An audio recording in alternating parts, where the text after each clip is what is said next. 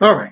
Greetings, Shabbat Shalom, and greetings to the 12 tribes of the children of Abraham, Isaac, and Jacob, scattered to the four corners of the earth through captivity and slavery.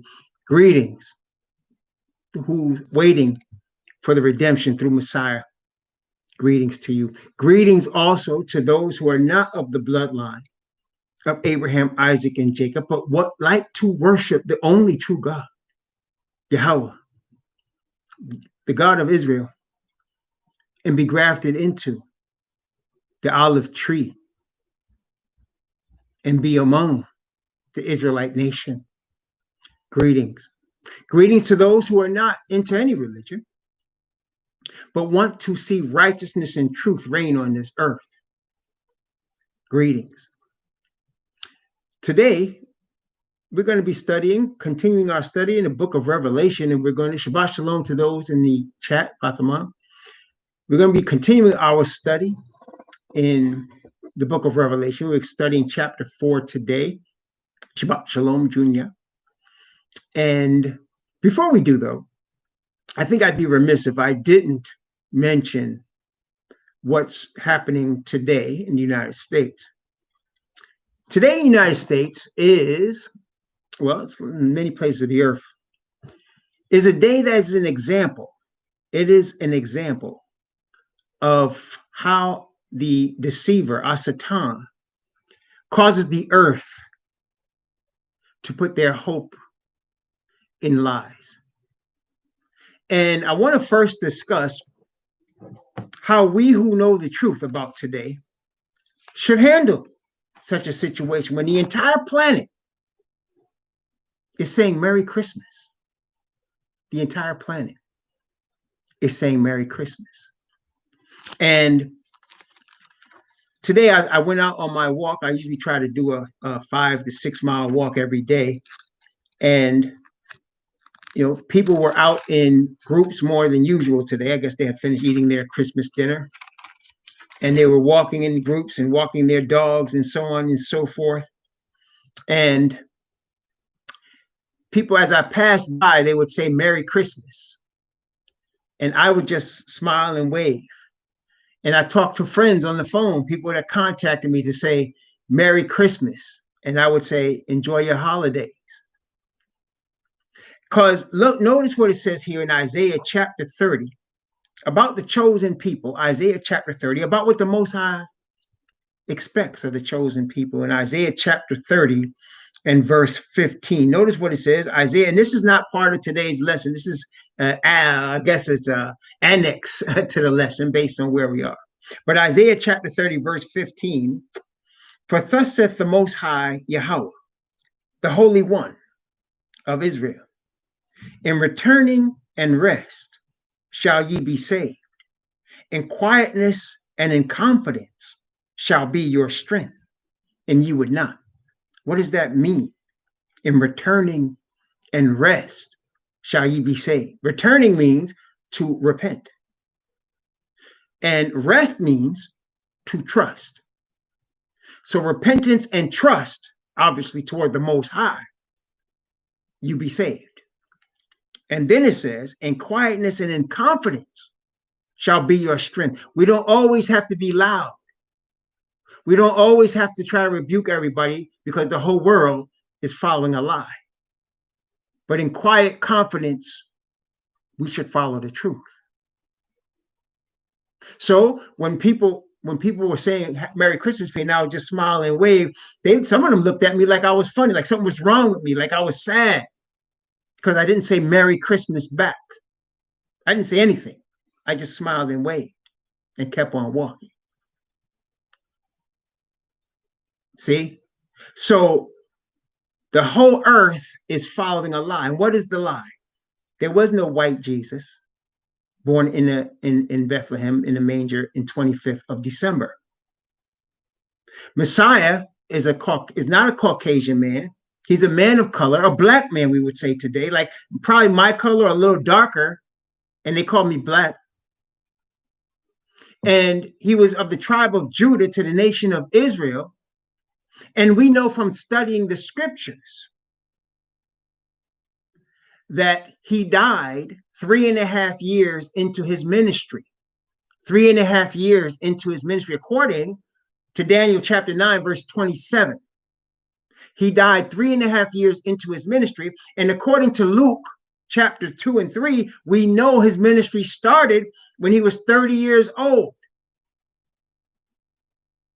And 3.5 years into it, he was put to death.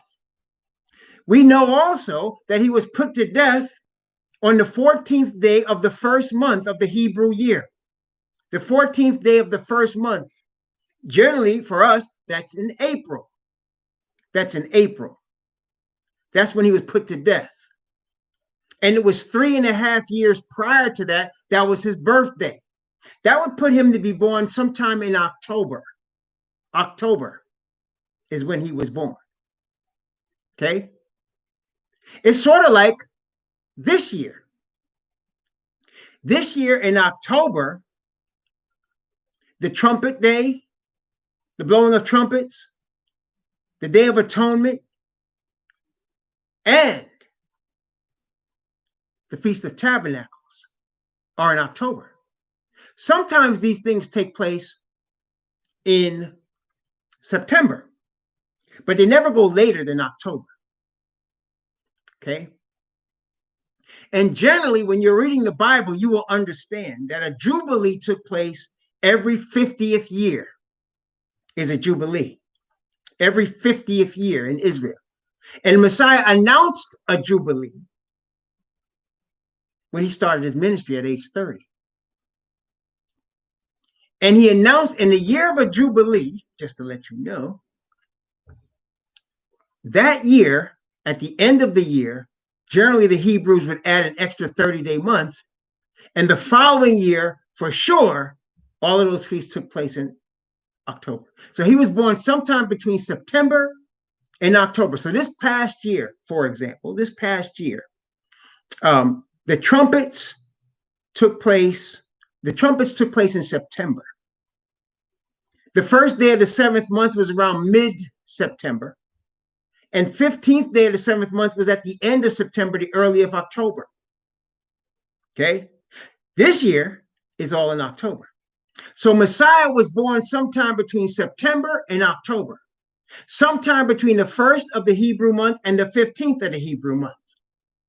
6 months later, 3.5 years into his ministry, in April, he was put to death. So he was not born on December 25th, nowhere near December 25th. So when you're celebrating a birthday on December 25th, you're not celebrating the birthday of the Messiah. You're celebrating somebody's birthday because people were born on December 25th. It's just not the Messiah's birthday. So you are creating another Messiah that was born on December 25th, a Caucasian one, where 3 wise men visited him in the manger. That did not happen. The Bible tells us, see, this is what I'm saying here. My point is I'm telling you what the Bible says versus what people are doing. The Bible says that the wise men came when he was 3 years old or 2 years old, actually. Let me see. It's in Matthew. Take a look. We can find it. Matthew 2 years old. Matthew chapter 2, verse 16. Then Herod, when he saw that he was mocked of the wise men, this is Matthew 2:16, was exceeding wroth, and sent forth and slew all the children that were in Bethlehem and all the coast thereof from 2 years old and under. So he was 2 years old when the wise men came to see him, and he was living in Bethlehem 2 years, and he was in a house. Notice they said, verse 11, and when they were come into the house, they saw the young child with Miriam, his mother, and fell down and worshipped him. And when they had opened their treasures, they presented unto him gifts, gold and frankincense and myrrh. He was 2 years old when they came to see him in Bethlehem. He was not in a manger. So when you see all of these little things put together with 3 wise men, and it said it were 3, it didn't say it were 3. People assumed 3 because there were 3 different types of gifts, among others, I guess. But he wasn't in the manger when the wise men came to visit him. He wasn't a baby. He was a toddler. Okay. And probably Joseph and Miriam took that gold and financed their trip and their living expenses in Egypt because they were told to go there because Herod was going to kill him. That's why in verse 16, he killed all the babies from 2 years old and under. So there was no December 25th white Jesus with 3 wise men in the manger. So that means it's a lie. And yet, I want you to notice, people try to be festive and happy on this day. And it's a lie. It's based on a lie. And of course, we don't even want to go into Santa Claus and 3 reindeer. It's all based on a lie. So the devil is getting people to be happy on an event that's a lie.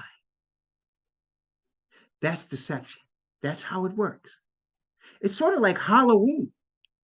Halloween is a holiday of darkness. And yet he gets the children and candy involved, and everybody's happy on a holiday that the Bible doesn't mention, but it's a holiday of darkness. All Hallows Eve. That's how deception works. Okay?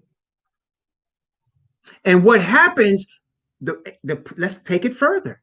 So now this holiday is based on a lie, and it makes people happy based on a lie. So therefore, he can cause people to be happy about something that's a deception. Therefore, they can receive the deception and go against the Most High. Because to make his son into something he's not, and to make him born on a day he's not born, is against the Father. The Father will be offended at that. It's sort of like this. You see, you have to read your Bible to understand this. The Most High gave Israel 3 appointed feasts. There was the feast of the Passover, which is also the feast of unleavened bread. There was the feast of weeks, which is also the feast of Pentecost. And the third and last feast was the Feast of Tabernacles, excuse me, on the 7th month. The 7th month, the 15th day, the full moon of the 7th month. That was the last feast of the year. So what happened, he gave those 3, and they all went to Jerusalem all the time. They went to Jerusalem for these feasts. And what happened was, when the northern kingdom broke off from Judah, Jeroboam, the son of Nebat, decided they were going to have their feast on the 8th month, not the 7th month. They were going to have theirs on the 8th month because they wanted to have their own setup. Would that not offend the Most High that told them when and where the feast was supposed to take place? Yes, it would. It was a lie. It was man-based. And today we celebrate a man-based religion of something that never took place today. And a person that's been changed from what he really is to something else, to receive a lie and be happy about it. I also thought today about how many thousands of people today, or some point this weekend, are going to be evicted from their houses. They're going to be kicked out because they can't pay the rent, because they can't work because of the COVID. They're going to be kicked out of their place. How many people today are looking for food from some place that's giving it out for free because they don't have money for food? How many people today are in a hospital getting ready to die of COVID and their loved ones can't even go near them? Why would we be celebrating when these things are happening?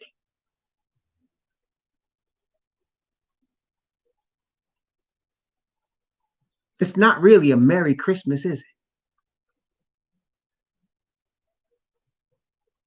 One day, I thought about this as I walked, and that's the last person that said to me, Merry Christmas. And I just smiled and waited, and they looked at me with their head down like I did something evil. And I thought, one day, this whole system is going to be destroyed. And it'll be replaced with a kingdom of perfect righteousness, where there'll be nobody hungry, nobody evicted, Nobody with any disease. There'll be no corruption, and there'll be no death. So that we can really celebrate and mean it,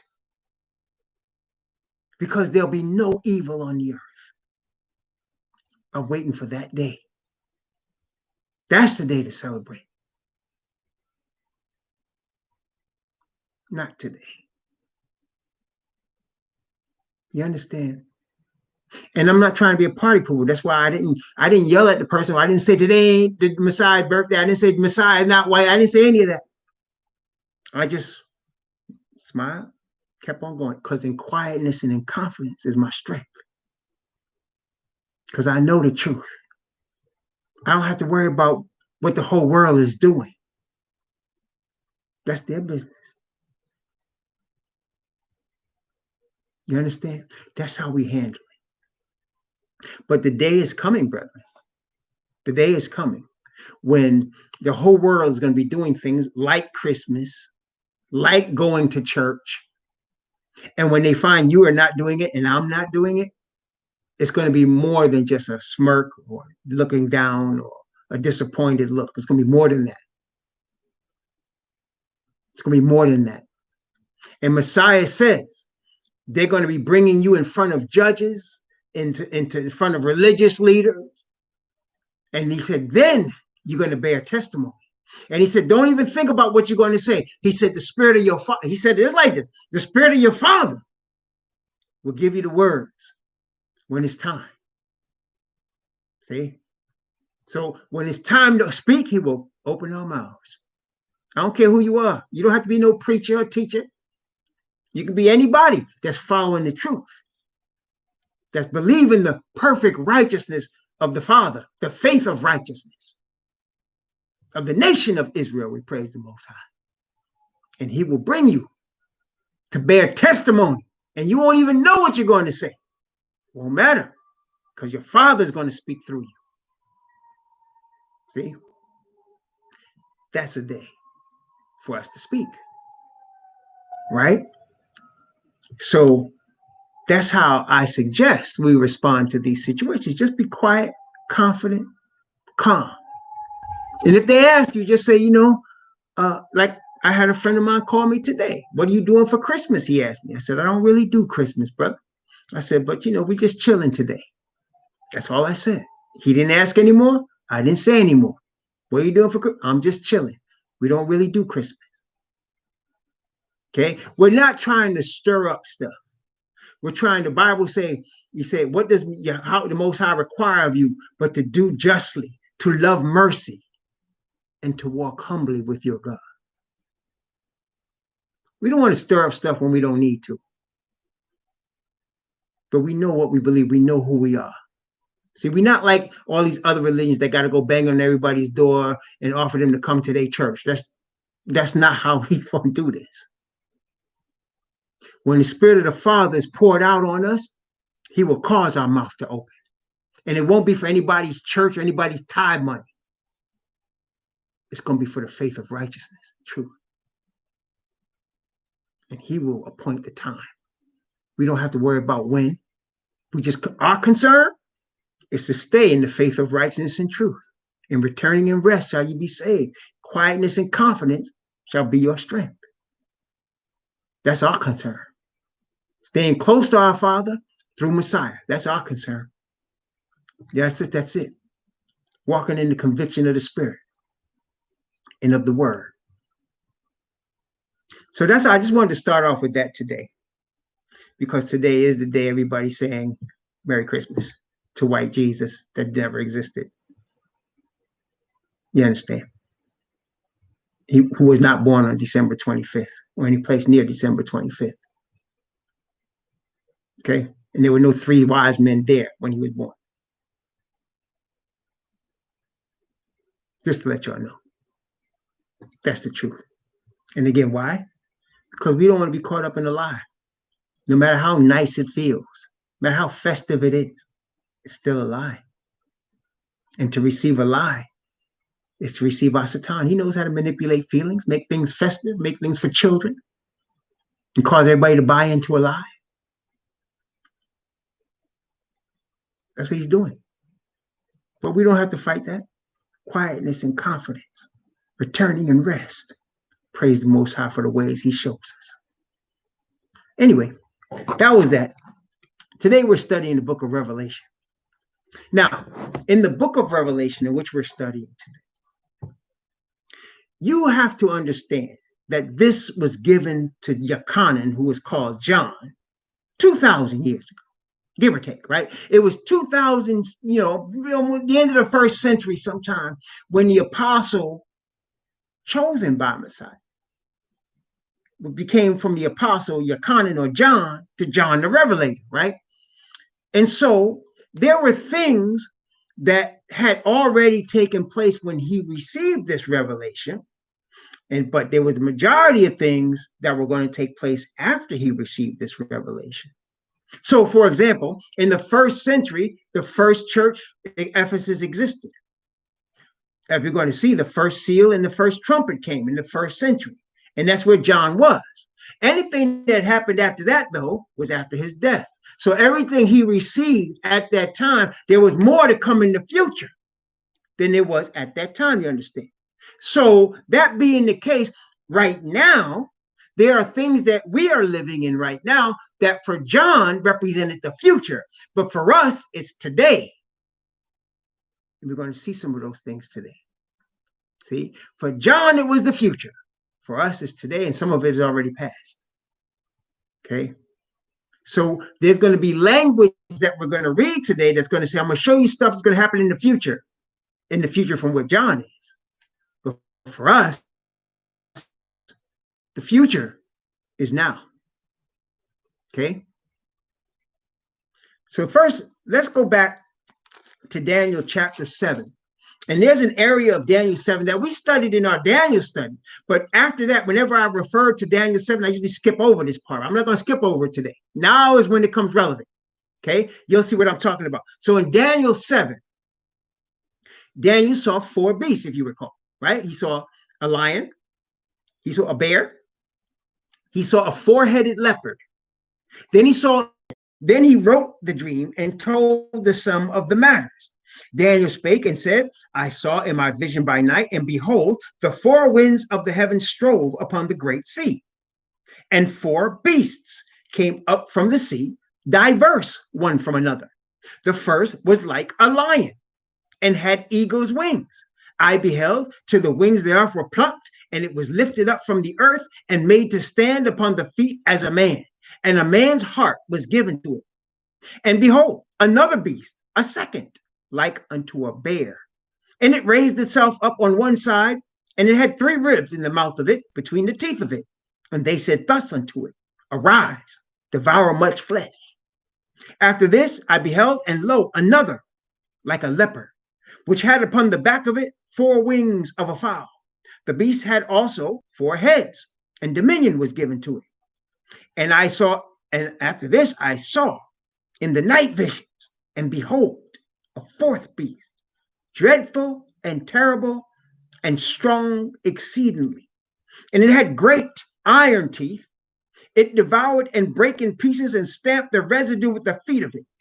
And it was diverse from all the beasts that were before it. And it had 10 horns. Now, let's review what we already know. We know this is 4 kingdoms. Daniel's going to be told this. We know it's the same 4 kingdoms that showed to Nebuchadnezzar in Daniel 2. We know that the first of the 4, Babylon, was the last Hamitic kingdom on the planet Earth. Worldwide, as far as worldwide power.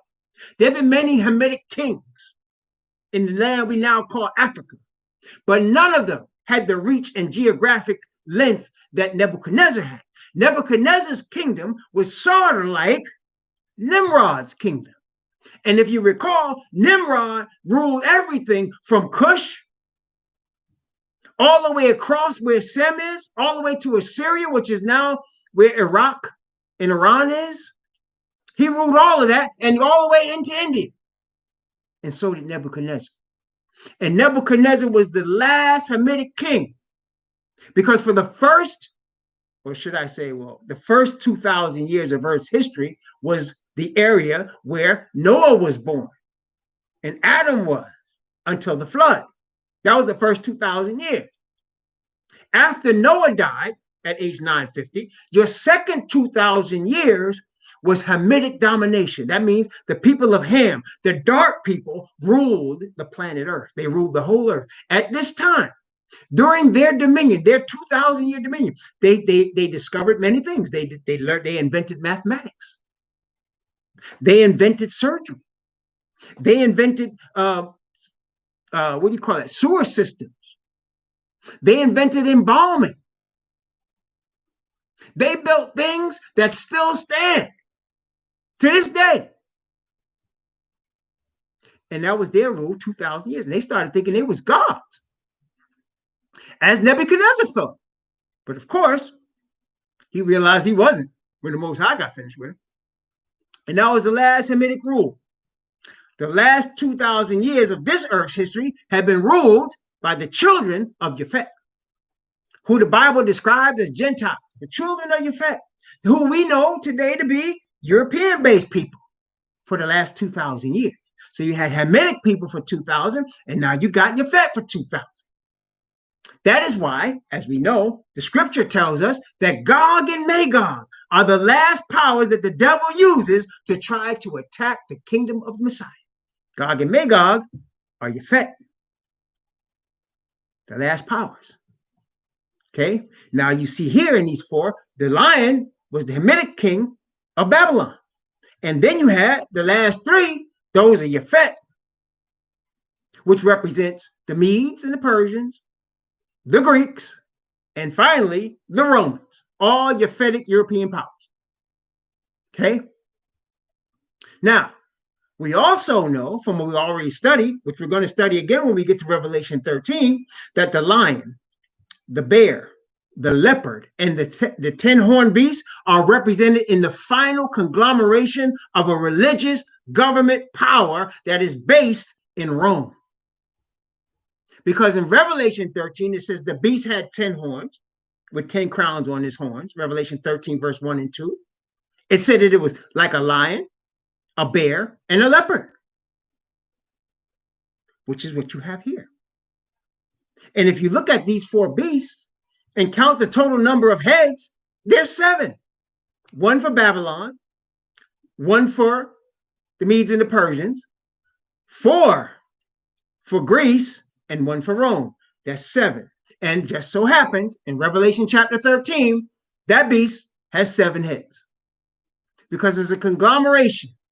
So when you look at the Pope, sometimes he's carrying an Egyptian cross. Sometimes he is. Sometimes he wears a hat that looks like a fish hat. It's the god of Dagon. That's a Hamitic god. Philistine. They're from Ham. Okay.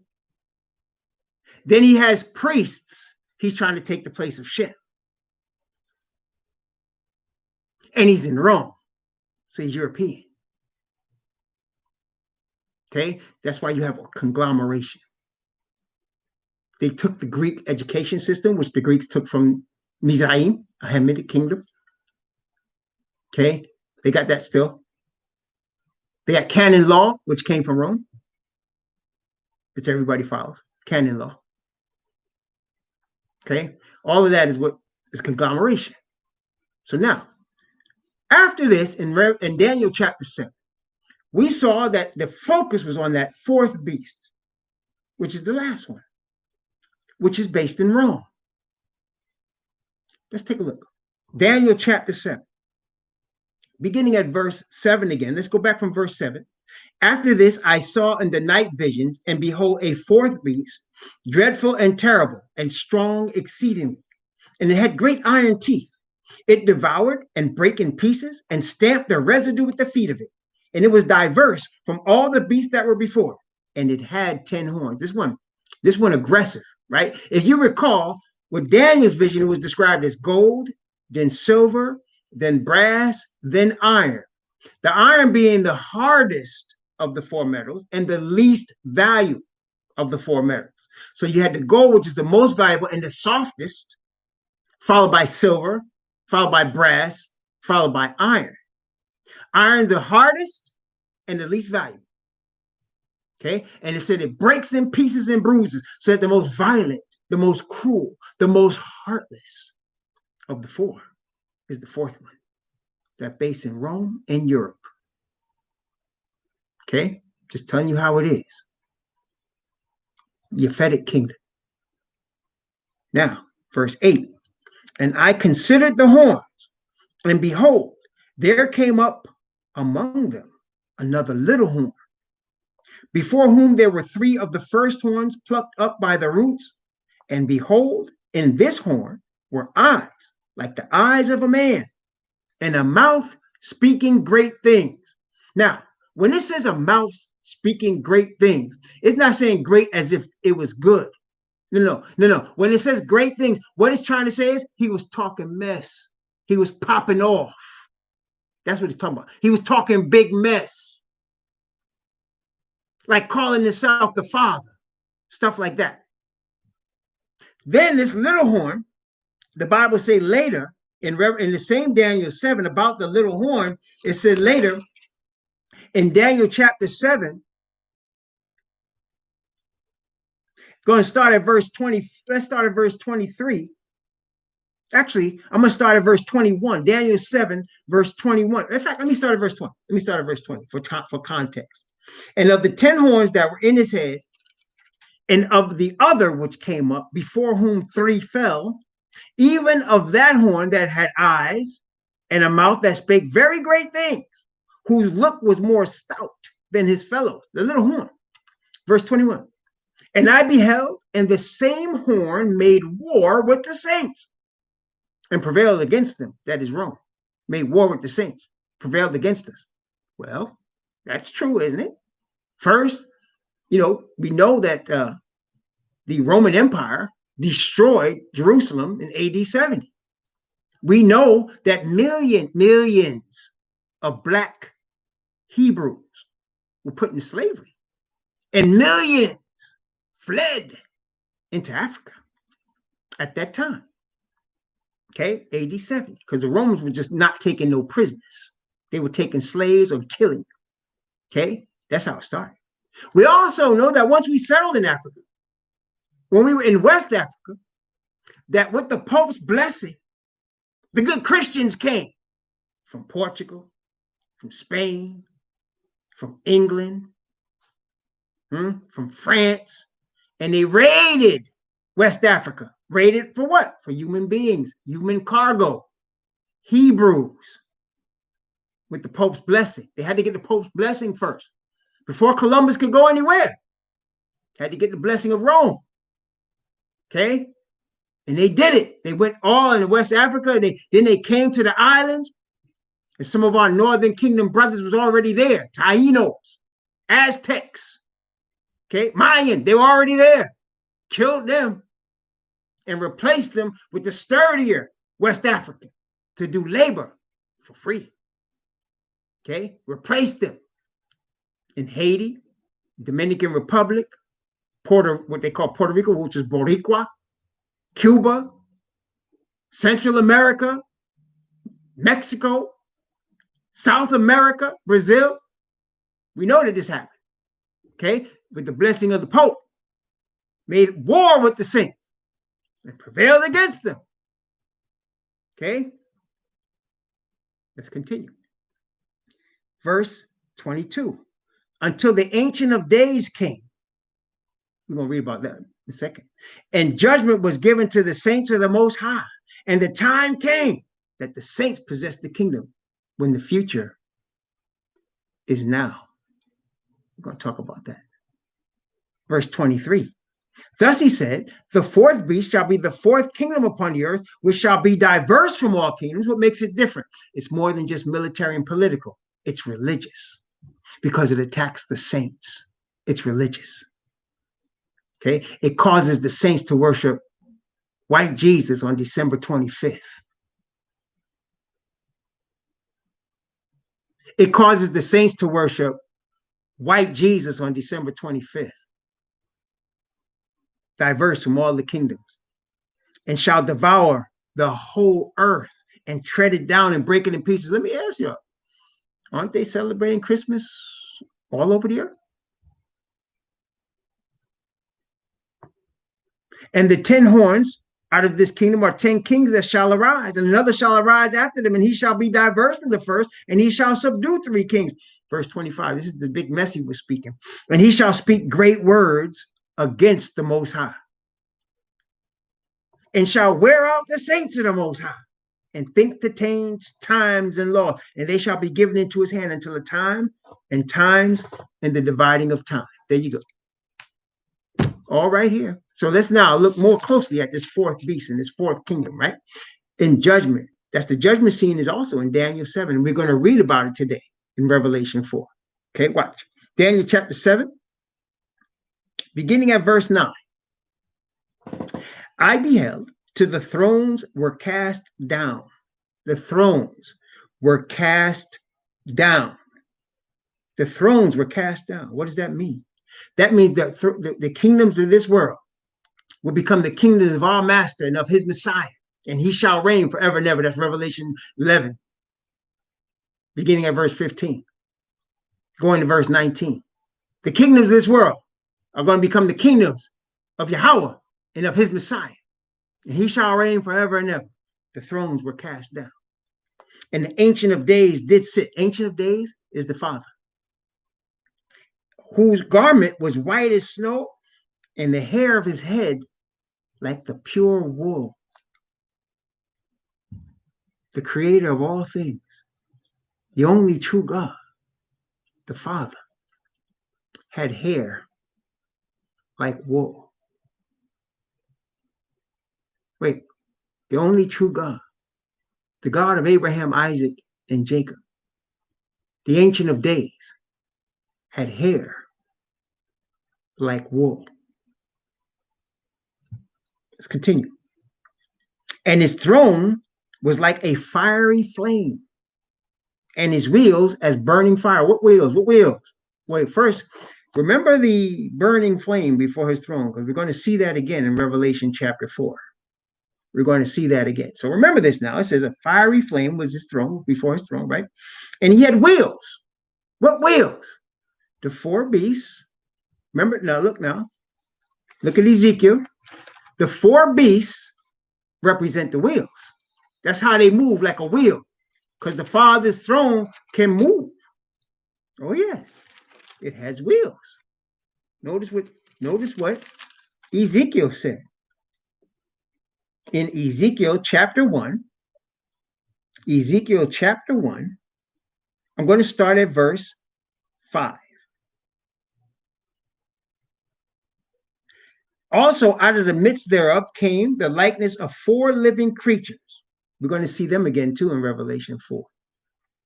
This was their appearance. They had the likeness of a man, and every one had 4 faces. Every one had 4 wings, and their feet were straight feet, and the sole of their feet was like the sole of a calf's foot, and they sparkled like color of burnished brass. And they had the hands of a man under their wings and on their 4 sides, and they had their faces and their wings. Their wings were joined one to another, and they turned not when they went, and they went everyone straight forward. And as for the likeness of their faces, they 4 had the face of a man, and the face of a lion, and the face on the right side, and the 4 had the face of an ox on the left side, and they 4 also had the face of an eagle. And thus were their faces, and their wings were stretched upward. 2 wings of every one were joined to one to another, and 2 covered their bodies. And they went every one straight forward. Whither the Spirit was to go, they went, and they turned not when they went. Okay, let's skip forward a minute, because we're talking about wheels, right? Verse 16. The appearance of the wheels. What wheels? Yeah, they had wheels. And their work was like the appearance of the wheels, and their work was like unto the color of a beryl. And they 4 had one likeness. And their appearance and their work was, as it were, a wheel in the middle of a wheel. See? That's why he said his wheels. Those are the 4 beasts, the 4 living creatures that had 4 faces each that looked alike. That's what he saw. That's what he saw in Daniel chapter 7. And we're going to see it again. And we're going to see it in Revelation chapter 4. Okay. So Daniel chapter 7, let's go back to verse 10. And a fiery stream issued and came forth from before him. and thousand. Well, let me go back to verse 9. And I beheld till the thrones were cast down, and the Ancient of Days did sit, whose garment was white as snow, and the hair of his head like the pure wool. And his throne was like a fiery flame, and his wheels as burning fire. So the wheels are the four beasts, which again we're going to see in Revelation chapter 4. And a fiery stream issued and came forth from before him. That's the seven spirits of Yah. That means seven means complete power, perfect power. Seven. A fiery stream issued and came forth from before him. Thousands ministered unto him, and 10,000 times 10,000 stood before him. And the judgment was set, and the books were open, like Revelation 20. There was a book for every person, and then there was another book, the book of life. And the dead were judged out of, wait, let me show you. Revelation chapter 20. Revelation chapter 20. I don't know if you just take my word for it. When we write here in book of Revelation, right? Revelation chapter 20.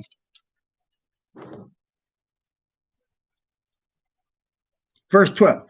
And I saw the dead, small and great, stand before Yah, and the books were opened. And another book was opened, which is the book of life. And the dead were judged out of those things which were written in the books according to their works. All your works, every work, every thought, every word, every deed that you ever did is written. Not just that. Every motive behind every deed that you did is written. Every motive. Let me show you. Let me show you. 1 Corinthians, I want to say it's chapter 4. 1 Corinthians chapter 4. Yes, it is chapter 4. 1 Corinthians chapter 4 and verse 5. Watch this now. 1 Corinthians 4:5.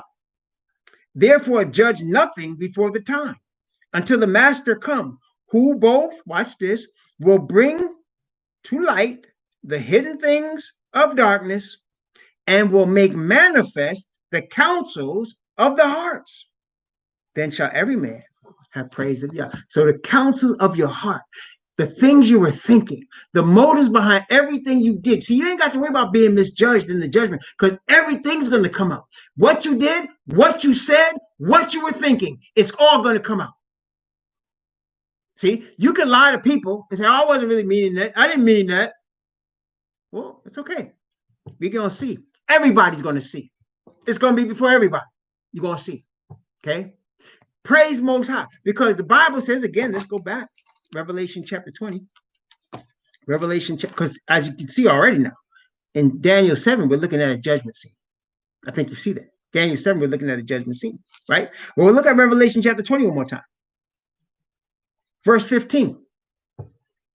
And whosoever was not found written in the book of life was cast into the lake of fire. Let's go to 14. Watch this.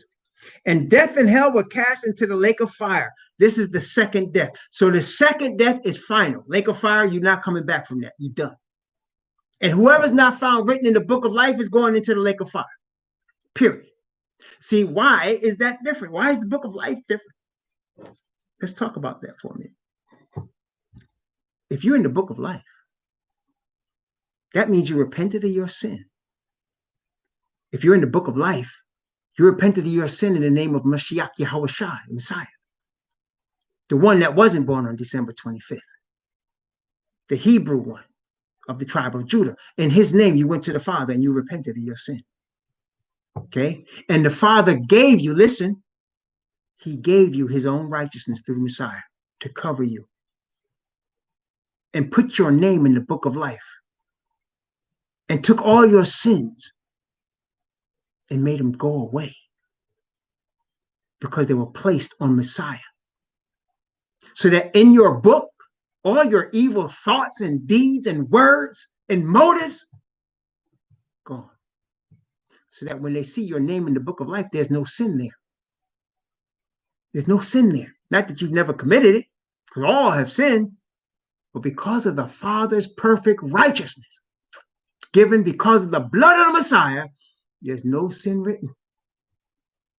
That's why it's important, brethren, that on a daily basis we come to the Father and we ask him for his perfect righteousness. We ask him for that righteousness that can cause sin to go, that could cause you and me to be written in the book of life. So that in the judgment, when our name comes up, pass. Pass. Well done, good and faithful servant. And you're going to say, what did I do? Well done, good and faithful servant. Because of the Messiah's righteousness. And that's why, let's look again. Well, wait, I'm going to save that. I'm going to save this. In Revelation 4, you're going to see some things, but that's why we're going to take our crowns, cast them at his feet. That's why. That is called grace. That is called grace. That is how you're saved by grace. That's how it's done. Okay? And that righteousness that covers you. As we said, the Father will cause his spirit to rest upon you. And now he will train you to do his commandments and statutes and judgments. Let me show you. Ezekiel chapter 36, it starts with the nation of Israel. It starts with the true Israelite people. It starts with the true Israelite people. Ezekiel chapter 36, verse 26. Actually, let me start at verse 24. For I will take you, talking about the Israelites, I will take you from among the heathen. Well, also, you Gentiles that want to be grafted into the olive tree, it's for you too. For I will take you from among the heathen and gather you out of all countries and will bring you into your own land. Then will I sprinkle clean water upon you, and ye shall be clean from all your filthiness, and from all your idols will I cleanse you. A new heart also will I give you, and a new spirit will I put within you. And I will take away the stony heart out of your flesh, and I will give you a heart of flesh. Watch verse 27. And I will put my spirit within you. That's his spirit of perfect righteousness. And cause you to walk in my statutes, and you shall keep my judgments and do them. Yes. His spirit will cause us to do the right thing, brethren. All he needs is for us to acknowledge that we are sinners and that we want to worship the true God. That's all he wants.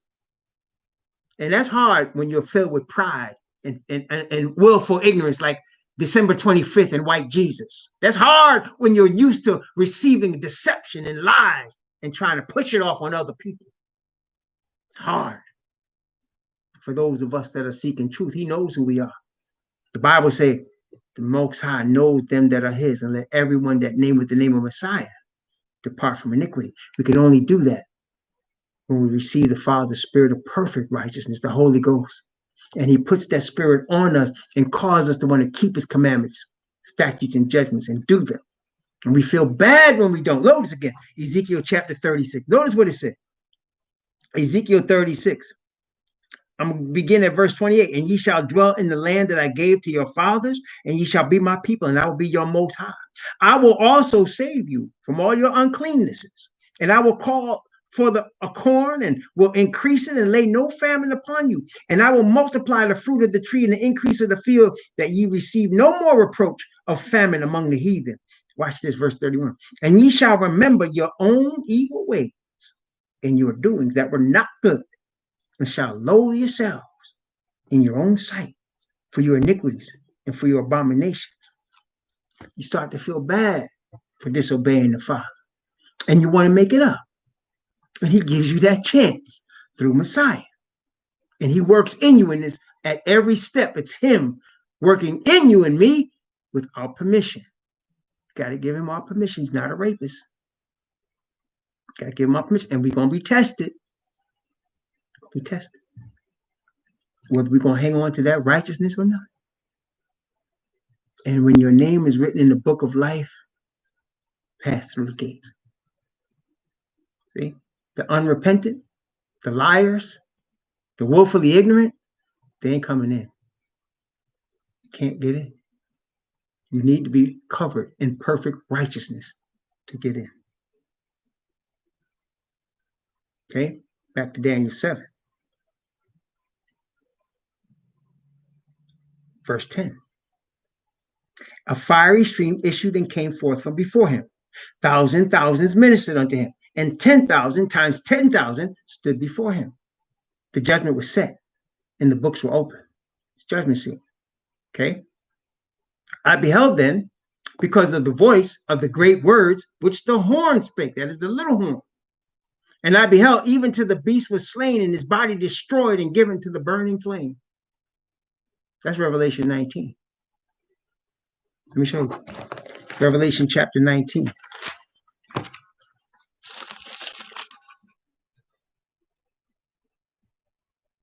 Verse 19.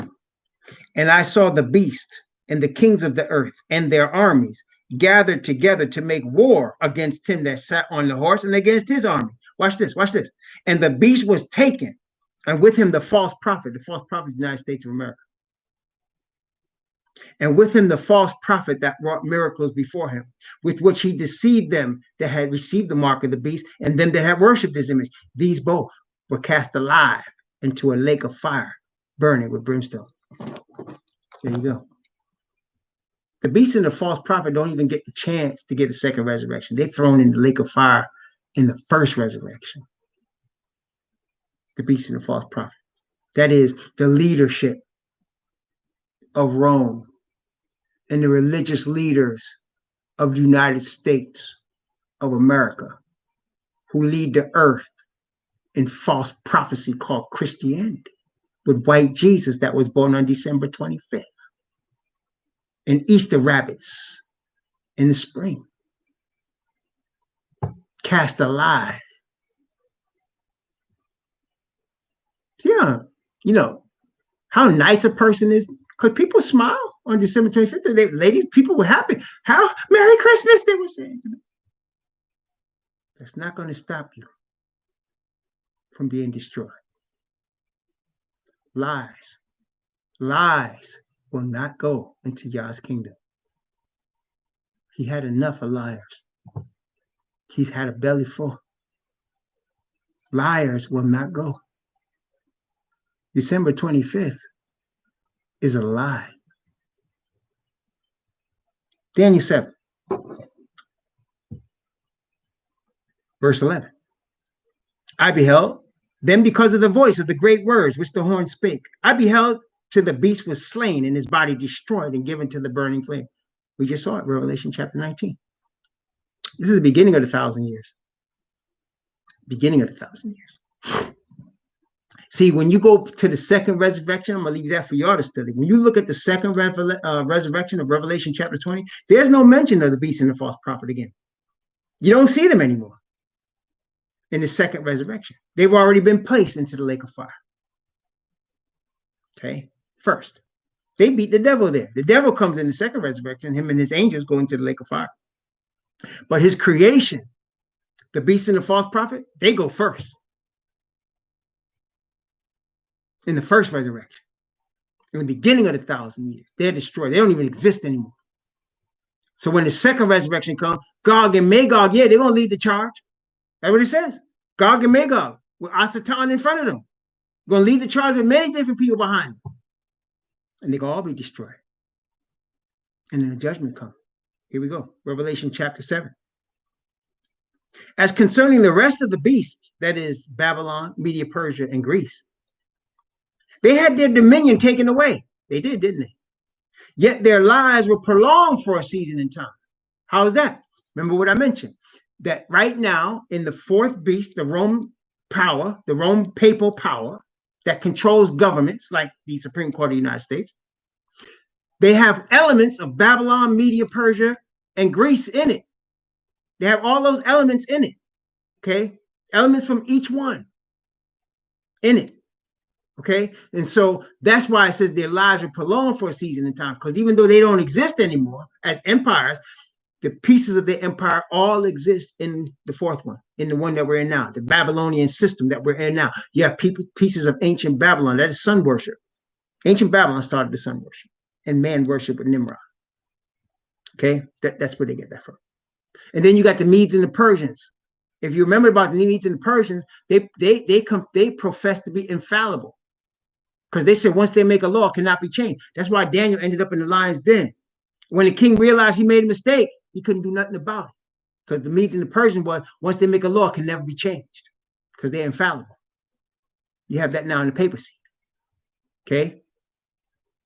Then there was the Greeks. with the philosophy and the education system that they stole from Nimrod and them. And the same education system with degrees is what we use right now. Okay, so you have elements of all of those empires in the final one, where we are right now. That's why it says their lives were prolonged for a season of time, but their dominion was taken away. Okay, verse 13. Watch this. I saw in the night visions, and behold, one like the Son of Man. This is not the Ancient of Days. It says, one like the Son of Man came with the clouds of heaven and came to the Ancient of Days. So Messiah came to the Father for what purpose? And they brought him near before him. For what purpose? Verse 14. And there was given him, that is the Son of Man, dominion and glory and a kingdom. What kingdom? That all people, nations, and languages should serve him.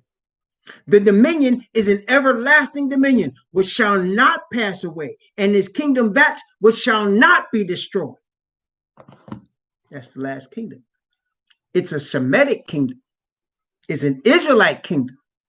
And you have an Israelite king of the tribe of Judah.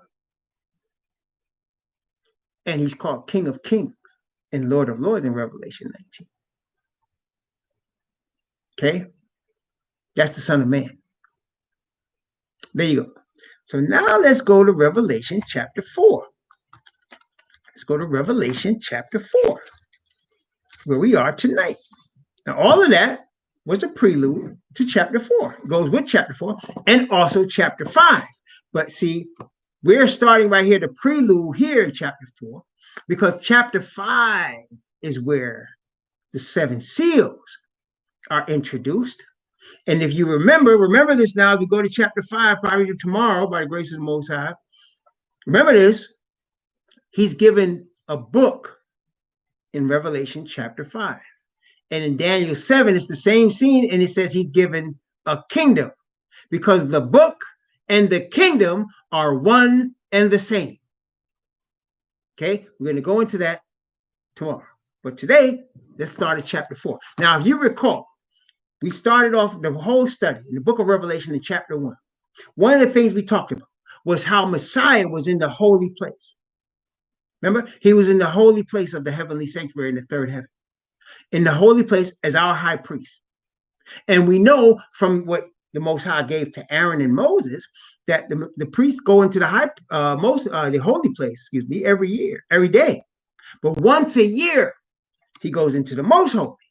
And since this is called the revelation of Messiah, which Yah gave unto him to show unto his servants things which must shortly come to pass, we would expect during the course of this book to see Messiah go from the holy to the most holy, which is the Day of Atonement, and then from the most holy back to receive his people in the book of Revelation. So we started off the book with him in the holy place, if you recall, because the first thing John was shown was the 7 candlesticks, which are in the holy place, the first part of the heavenly sanctuary, from which Moses' sanctuary was a copy. But the one Father made himself is in the third heaven. There's also 7 golden candlesticks, and there's table of showbread, and there's altar of incense. And they showed Messiah in the midst of that. Okay, and now we're going to see him now go from the holy to the most holy, which is what we saw in the 6th church, Philly, right? And now he's going to show it again in Revelation chapter 4. Watch. Revelation chapter 4, beginning at verse 1. After this, I looked, and behold, a door was opened in heaven. Now, if you recall, in the Philadelphia church, what did he say? He said in Philadelphia, he said, he that openeth and no man shutteth, and shutteth and no man openeth. Right? Verse 8 of chapter 3. I know thy works, behold, I have set before thee an open door, and no man can shut it. Right? So here in Revelation chapter 4, he says again, after this I looked, and behold, a door was opened in heaven. A door. Okay? And the first voice which I heard was as it were of a trumpet talking with me. Who is that? We studied this in chapter 1. He heard the trumpet on the Lord's day, remember? And he heard the voice of the trumpet. And the voice said, I am Alpha and Omega, the beginning and end, right? And he turned to see the voice, and he saw the 7 golden candlesticks. Remember that? So that voice we recognize as Messiah, who was also on Mount Sinai with the Father when the Father gave Israel the covenant.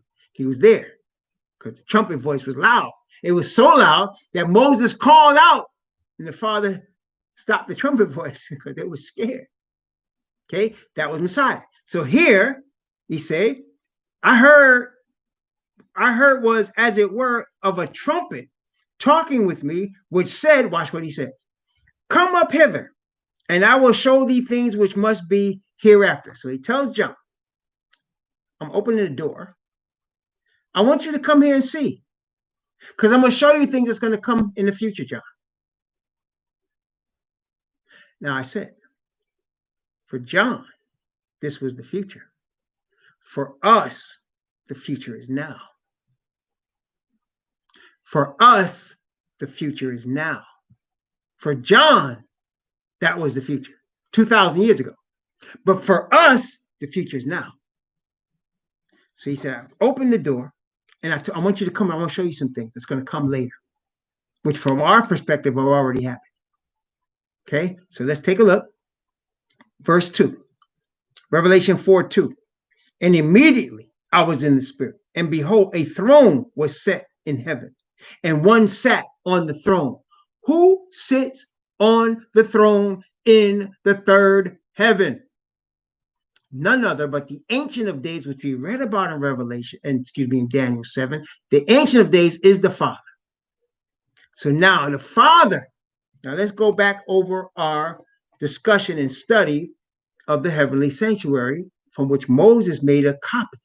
He said, see, the Most High told Moses, see that you make all things according to the pattern shown you in the mount. The pattern was the original, as the book of Hebrews points out in chapters 7 and 8 and 9. It points out that it was a copy of an original, okay, that Moses made. And so Moses, they had a holy place, as I mentioned. There was 7 golden candlesticks. There was a table of showbread with 12 loaves representing the 12 tribes of Israel. There was an altar of incense, and that was the first apartment. The second apartment had the Ark of the Covenant. Inside was the covenant. On either side, there were angels covered with gold, golden angels.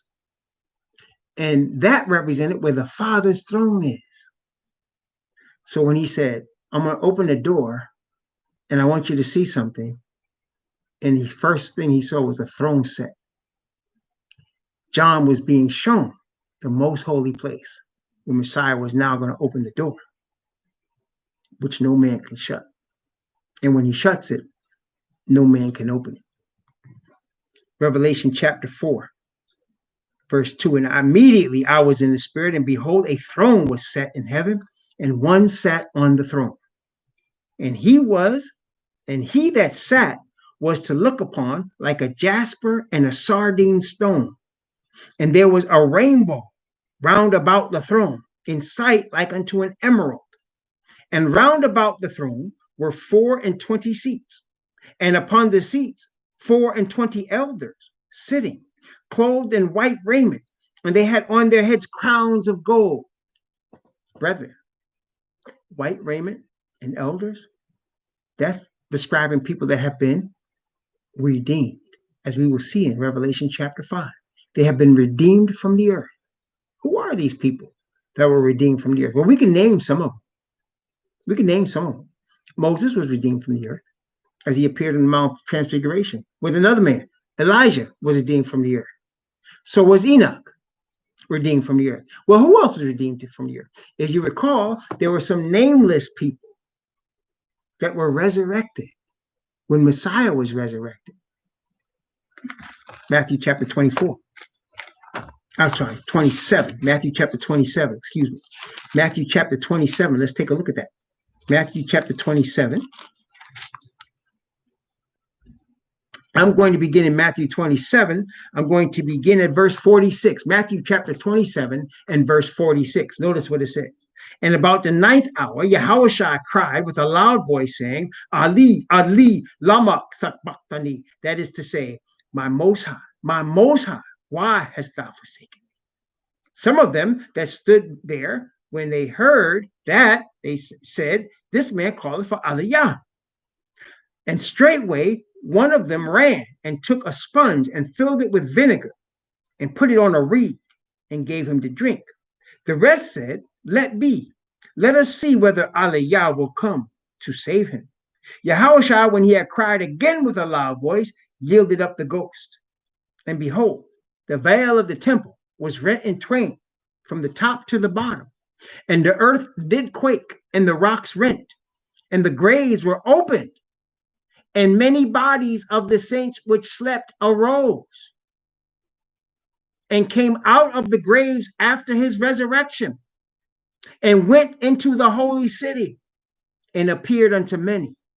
Doesn't name who these saints are. Just says they arose when he arose.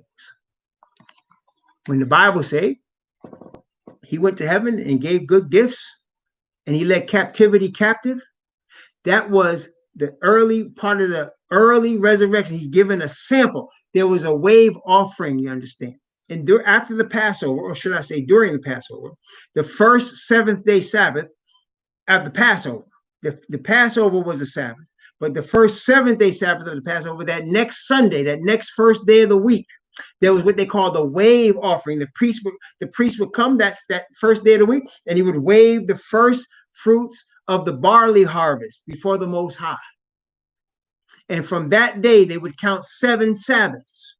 And then the first day of the week after that seventh Sabbath was Pentecost, or Feast of Weeks. The wave offering is the first fruits of the barley harvest. That's what these people represent. The first fruits of the harvest. Okay? Messiah took with him. Here they are again. 24 elders. Okay? And if you recall, David set orders of people that would minister in the priesthood. Okay? And he set them in sets of 24. He set them in sets of 24. And that's what you have here. A set of 24 ministering to the Most High. Okay? So I don't know their names. I don't know who they are. Bible doesn't say, but it says they're there. It says people were resurrected. It says that he took captivity captive. It says that he has the first fruits with him of his victory over death. Here they are, 24 elders. Okay? Now, let's continue. Revelation chapter 4. Revelation chapter 4, verse 4. And round about the throne were 24 seats, and upon the seats I saw 24 elders sitting, clothed in white raiment, and they had on their heads crowns of gold. Okay, crowns of gold given to redeemed. And out of the throne proceeded lightnings and thunderings and voices. Whenever you hear lightnings and thunderings and voices out of the throne, that's the Father speaking. The Father was speaking out of the throne. Lightnings, voices, and thunderings. And watch here. And there were 7 lamps of fire burning before the throne, which are the 7 spirits of Yahweh. You remember, no, we just read chapter 7. Let's look back one more time. You have Daniel chapter 7. Let's look back one more time. Daniel chapter 7. Daniel chapter 7. Daniel 7. Daniel 7, verse 10. Well, actually, let's start verse 9. Daniel 7, verse 9 and 10. I beheld till the thrones were cast down, and the Ancient of Days did sit, whose garment was white as snow, and the hair of his head like the pure wool. His throne was like a fiery flame, and his wheels as burning fire. And a fiery stream issued and came forth from before him. Now let's go back to Revelation chapter 4, verse 5. And out of the throne proceeded lightnings and thunderings and voices, and there were 7 lamps of fire burning before the throne, which are the 7 spirits of Yah. Same thing. You're seeing the same thing. Daniel saw it, and now John saw it. Same thing. In the mouth of 2 or 3 witnesses, let every word be established. There you have it. See? So they both saw it. Ezekiel also saw it, actually. See? So now you have 2 or 3 witnesses. So now the 7, it said 7 spirits of Yah. Are they 7 independent gods? No. There's only one God and one mediator. So what are these 7 spirits? It's a representation of the totality of his power, the totality of his righteousness, the totality of his character of truth. All powerful, all knowing, the Father. Alpha and Omega, the Father. And Messiah is his representative because he also said he's Alpha and Omega. He represents the Father. He's not the Father, but he sits at the right hand of the Father. Nobody else can say that. So he's higher than everybody else except the Father. And even Messiah said, the Father is greater than me.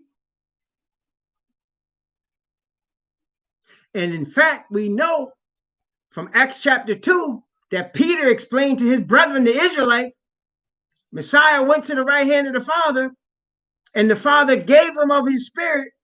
And that's what you're seeing made manifest here. Messiah shed on us the Father's Spirit. Let me show you. Let me show you. Let me show you. I'm not making this stuff up. I'll show you right here. Acts chapter 2. Acts chapter 2. Beginning at verse 32. Acts chapter 2, beginning at verse 32. Notice what it said. This Yahushua hath Yah raised up, whereof we are all witnesses. Watch this, verse 33.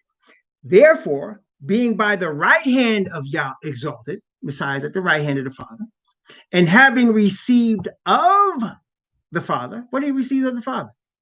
The promise of the Holy Ghost. He received the Father's Spirit from the Father. For what purpose? He hath shed forth this, which ye now see and hear. Shed forth what? Messiah shed forth the Father's Spirit on his servants of the Israelite people on the planet Earth. Now, later on, the Apostle Peter would bear witness. He would bear witness when the Gentiles would receive of the Father's Spirit. They were all shocked because remember, Cornelius wanted the truth. He wanted to serve the Father. And so Father sent an angel and said, go call this Hebrew man, Kapha. He lives over here by a tanner. Go get him. He's going to teach you what you need to know. So they went and called for Peter. Peter came. Peter gave him the word. They received the Father's Spirit. You understand? So it's always through the Hebrew.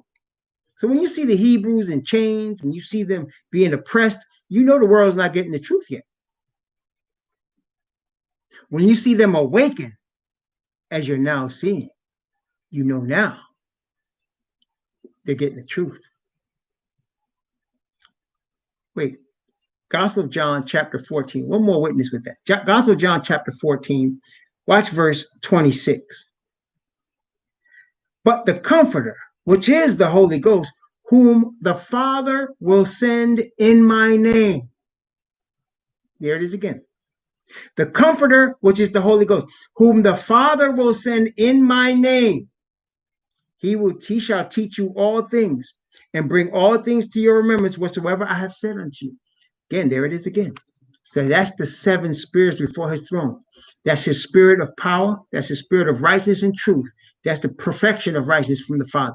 That's what causes us to be covered from our sin. That's what causes us to be prepared to walk through the gates of the New Jerusalem, the Father's Spirit. And Messiah sheds it to us. Okay? Continue. Revelation chapter 4. Beginning again at verse 5. And out of the throne proceeded lightnings and thunderings and voices, and there were 7 lamps of fire burning before the throne, which are the 7 spirits of Yah. And before the throne there was a sea of glass, like unto crystal. In the midst of the throne and round about the throne were 4 beasts full of eyes before and behind. There's the 4 beasts again. Now, the sea of glass is important for us to remember. Why? Because anytime in the book of Revelation that you see a sea of glass, the Father's throne is there. And it's important that we understand that the Father's throne moves. It moves from the holy place. It got wheels. When Ezekiel saw him, he wasn't in the holy place. He had come, the throne moved. Okay? And you're going to see that again in the book of Revelation. Why is that important? Because when Messiah returns, guess who's going to be there with him? On the throne with the sea of glass and the four beasts. You're going to see that. So here, the four beasts carrying the throne, and you see the throne, a sea of glass before the throne of the Father. It must be big, man. Big sea of glass, big throne, big Father. Woo! Okay. Revelation chapter 4, verse 7. And again, now Daniel saw the wheels. Ezekiel described the beasts, and here John's going to describe the beast. And the first beast was like a lion, the second like a calf, the third had the face as a man, and the fourth was like the flying eagle. Now, when you combine what Ezekiel bore witness to and what John bore witness to, what you're seeing is Ezekiel told us that each beast had these four faces, right? So John here is describing the four faces, and he's focusing on the four faces, but each of them had four faces. Okay. Verse 8. And the four beasts had each of them 6 wings about him, and they were full of eyes within, and they rest not day and night, saying, Holy, holy, holy, Yahweh Al Shaddai, which was and is to come. So how could they do that without rest? Continually. I thought about that many years ago, and the Most High showed me something, which I'm going to share with you right now. You see, brother, we talked about a high that you get when you're in the presence of the Father. It's a power in the presence of the Messiah. It's a power of grace. It's a power of righteousness. And what happens, they actually, you see, you and I cannot look at the Father. That's why we have Messiah. We cannot look at the Father and live. He told Moses, no man can see me and live. He said, I'm going to show you my back parts. He said, because if you see my face, you can't live. Okay? How come they can see him? Because they're in glory. They're covered in perfect righteousness permanently. Therefore, their spirit and the Father's spirit are one. They can look at the Father. They can see his face, as we will eventually in the kingdom. The Bible says when there's no more curse, which means there's no more sin, we can see his face, and his name's going to be in our face, but they already got it. Okay, they already got it. And they can look at the Father. And every time you look at him, you get a fresh revelation of power. It's like the first time you see him every time. This is an infinite creator. There's no limit to him. He's infinite in power and knowledge. That's why he's called the Ancient of Days. There's no limit to him. There's no beginning and no end. So when they look at him, they get a fresh revelation every time. That's why they can yell, holy, holy, holy. They have to be told to leave his presence to go somewhere, because they will not leave. Like you and I, when we see him, we want to leave. We're not cognizant. We won't be cognizant of time. It's not like when you're in a Christian church and you're looking at the clock, like, when is this guy going to stop speaking? It ain't going to be like that. It's going to be a high that you want more and more and more. And you're not really happy when he says, okay, I need you to go do this for me. Why can't I stay here? Why can't I stay right here? Okay. So that's why they yell, holy, holy, holy. They bow down, they look up again, holy. They keep, because they're getting that power every time. It's like the first time. Powerful, man. Unimaginable. Really, it is. Okay. Verse 9. Watch this. And when those beasts give glory and honor and thanks to him that sat on the throne, who liveth forever and ever. Watch this now. The 24 elders fall down before him that sat on the throne and worship him that liveth forever and ever, and cast their crowns before the throne, saying, Thou art worthy, O Yahweh, to receive glory and honor and power. For thou hast created all things, and for thy pleasure they are and were created. Yes. That's what we're going to do. We're going to cast our crowns at the feet of the Messiah because of what he did for us and allowing the Father's Spirit to come to us and redeem us by grace. Yes, brethren, that's what's coming. And right now, those 4 beasts and those 24 elders are right now there. Right now, the most holy place door is open for the Israelite nation to confess their sins and be cleansed from their iniquity. And as we said, when you look at Leviticus chapter 16, it not only says the Israelite people, but it says also, what does it say? It says those that strangers that dwell among you. That's the grafted in people, the grafted in ones. For my house shall be called a house of prayer for all people. Now, there are going to be some slaves. There are going to be some servants. They're going to come later. But for those now that are taking their stand now, you are counted among us. You know what they say? Let's ride. Let's ride, y'all. That's what he's talking about. Let's ride. Getting this truth, let's go. You understand? Praise the Most High. This is the faith of righteousness. That's what it is. It's the Father's perfect righteousness given to his servant that they might bring forth obedience to the covenant given to the nation of Israel. Isaac, Abraham, Isaac, and Jacob, whose name was changed to Israel. Praise the Most High. Well, I think we've covered enough for tonight. Tomorrow, by the grace of the Most High, we're going into chapter 5, which is really a continuation of chapter 4. I'll tell you that. It's a continuation of chapter 4. And we needed chapter 4, and we needed Daniel 7 in order to understand chapter 5. And now we're coming to chapter 5 by the grace of the Most High. And we're going to begin then understanding the book of life and the 7 seals that seal that scroll. That's the book of life. I pray that your name is written there. I want my name to be written there. And that your name or my name is never blotted out of there like Judas or Saul. But that the mercy of Yah stays with us. And that his grace stays with us, that we continue to feed on the spirit of perfect righteousness. Praise the Most High. May he bless you, keep you on this Shabbat. Until we meet again tomorrow at 11 o'clock Eastern time, we shall return by his grace and go into chapter 5. Until then, shalom, brethren.